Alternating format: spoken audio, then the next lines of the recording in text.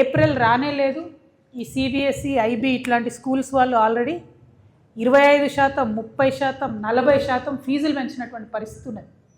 ఇప్పటికే అనేక జిల్లాలలో, హైదరాబాద్ మహానగరంలో మరీ ప్రత్యేకించి పేరెంట్స్ పోయి కంప్లీట్గా స్కూళ్ళ ముందు ధర్నాలు చేస్తున్నటువంటి పరిస్థితి ఉన్నది. ఫీజు కనబడడానికి ₹1,00,000 ఉంటుంది, కానీ ఇంకొక 30,000 అదనంగా, అది బస్సు కంటారు, స్కూల్ కంటారు, బుక్స్ కంటారు, రకరకాల పేర్లతో ఇంకొక 30,000 అదనంగా పేరెంట్స్ మీద బర్డెన్ ఉంటుంది. ఇంకొకటి ఏంటంటే అన్ని ప్రభుత్వాల్లో ఒక రూల్ ఉంటుంది, 1,30,000 ఫీజు అంటే ఎవ్రీ మంత్ తీసుకోవాలి ఫీజు, ప్రతి నెల తీసుకోవాలి ఫీజు. కానీ ప్రైవేట్ పాఠశాలలు ఏం చేస్తాయి, ఫోర్స్ చేస్తాయి పేరెంట్స్ని, మీరు 60% అప్ఫ్రంట్ ఫస్ట్ కట్టేసేయండి.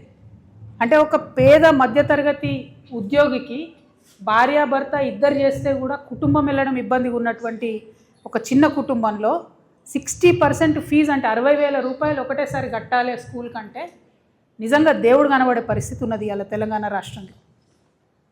ఈ విషయాల మీదనే, ఈ అంశాల మీదనే రేవంత్ రెడ్డి గారు పదే పదే బీఆర్ఎస్ గవర్నమెంట్ అప్పుడు ఉన్నప్పుడు క్రిటిసైజ్ చేసి మీరు ఫీ నియంత్రణ చేయండి అని చెప్పిండ్రు. మరి ఇవాళ 3 సంవత్సరాలు అవుతుంది, 3 బడ్జెట్లు పెట్టుకున్నారు వీళ్ళు. మొన్న బడ్జెట్ సమావేశంలో కూడా నువ్వింత తిన్నావు అని వాళ్ళని వీళ్ళని వాళ్ళు తిట్టుకోవడం తప్పితే కనీసం పేద మధ్యతరగతి పిల్లలు ఇబ్బంది పడుతూ ఉన్నారు. మరి ఫీజు నియంత్రణ కోసం ఒక చట్టం తేవాలి అని చెప్పి ఆలోచన ఈ ప్రభుత్వానికి లేకపోవడం అనేది సిగ్గుచేటు. నేను అర్జెంటుగా డిమాండ్ చేస్తూ ఉన్నా, గత 10-12 రోజులుగా ఈ రాష్ట్రంలో, ఈ హైదరాబాద్ మహానగరంలో స్కూళ్ళ ముందట పిల్లల యొక్క పేరెంట్స్ చేస్తున్న ధర్నాలు చూసన్నా మీ ప్రభుత్వం కళ్ళు తెరవాలి. అవసరమైతే స్పెషల్ అసెంబ్లీ సెషన్ పెట్టండి, అర్జెంటుగా చట్టం తీసుకురండి.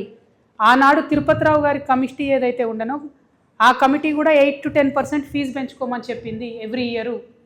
ఇప్పుడు కొత్తగా మీరు చేసినటువంటి విద్యా కమిషన్ రిపోర్ట్లో ఆ రిపోర్ట్ అంతా దరిద్రంగా ఉంది, ఏం బాగాలేదు.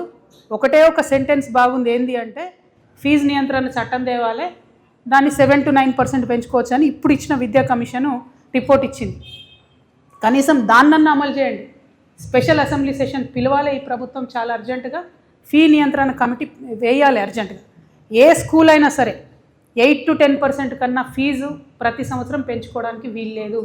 దాని మీద ఈ ప్రభుత్వం కఠినంగా వ్యవహరించాలని చెప్పి నేను డిమాండ్ చేస్తూ ఉన్నాను.